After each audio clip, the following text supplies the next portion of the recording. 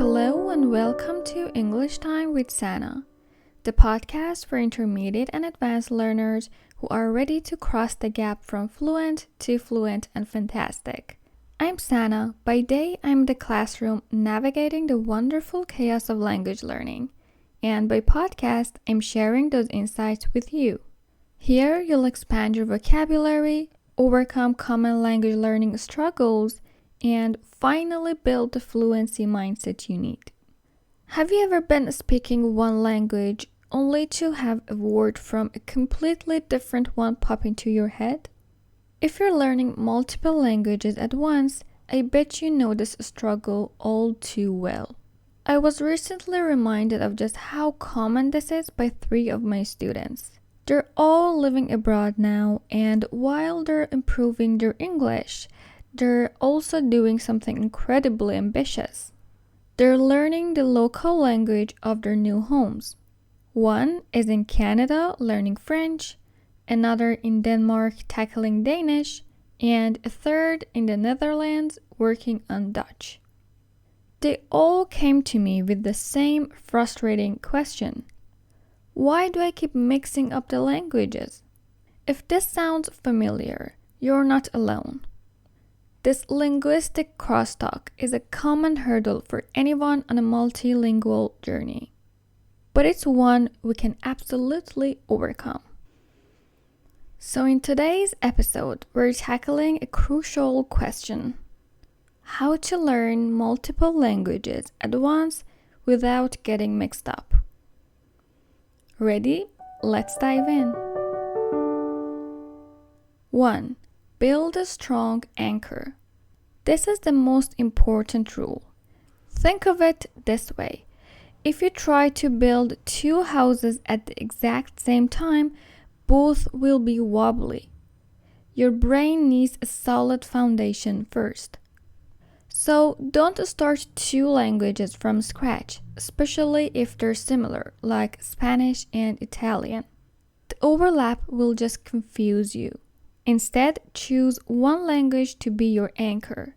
This is usually the one you need most urgently or are already a bit better at. Focus intensely on it until you reach a comfortable intermediate level. Once that language feels strong and stable, then you can confidently add the second one. What you're doing is adding it to a solid structure, not to a pile of confusion. Number 2. Work in advance and maintain cycles. Let's be real. You cannot intensely study all your languages every single day. That's a fast track to burnout. Instead, think in cycles. For a few weeks or months, make one language your main focus. This is your advanced phase. Dive deep with grammar, new vocabulary, and speaking practice. During this time, your other languages go into maintenance mode. Now, this doesn't mean you ignore them. It just means you keep them fresh with fun, low-pressure activities. Think listening to podcasts on your commute, watching a TV show, or reading a book, all without the pressure of learning new rules. Then simply switch. Advance the next language while putting your first one into maintenance. This cycle is so much more sustainable and effective than trying to do everything at once. 3. Use your stronger language as a tool. Here's a clever trick.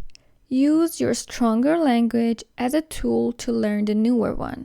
For example, if English is your anchor, use English language resources to learn French. This reinforces your strong language while building the new one, and it avoids adding a third language, like your native tongue, into the mix, which can further complicate things. I do this myself. I recently started learning French, and I'm using a program called Pimsleur, which teaches me through English instructions. So I'm learning my third language, French, through my second language, English. Number 4. Create language personalities. This is a powerful psychological trick. You need to create separate homes for each language in your mind. Try this. Notice how you feel speaking each language. Maybe English makes you feel professional and academic, while Italian makes you feel more playful and expressive. Lean into that feeling. This creates a unique mental filing cabinet for each language, so your brain knows exactly where to find the right word. For me, when I speak Persian, my native language, I feel more introverted and reserved. But in English, I feel more outgoing, expressive, and confident. For a language you're just starting, like my French, you might not have a personality yet, and that's fine, it will develop over time. Number 5. Build separation in your routine. Make the languages distinct in your daily life. Different times. If you're learning 2 languages at once, avoid scheduling your study sessions back to back. Take a long break between them. Even better, you could schedule them on different days of the week, dedicating specific days to one language. This gives your brain enough time to digest what it has learned. Different contexts. Study at your desk for one language and on the couch for the other.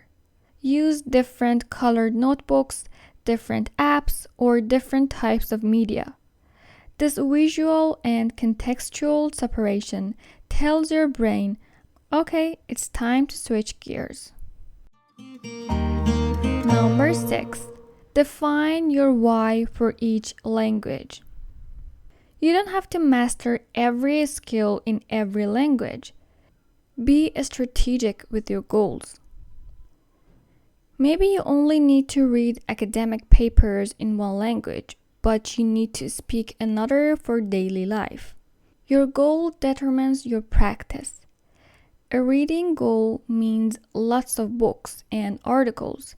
A speaking goal means finding a conversation partner. This focus helps you use your time wisely and stops you from feeling guilty about what you're not doing. And finally, the most important tip of all, don't panic. Mixing up words is not a sign of failure. It is a 100% normal part of the process. Your amazing brain is just searching its files. When it happens, just smile, gently correct yourself, and move on. Often the stress and worry cause more confusion than the mistake itself. So let's recap your multilingual strategy. 1. Build a strong anchor.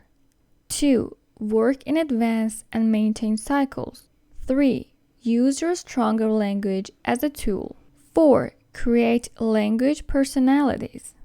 5. Build separation in your routine. And 6. Define your why for each language.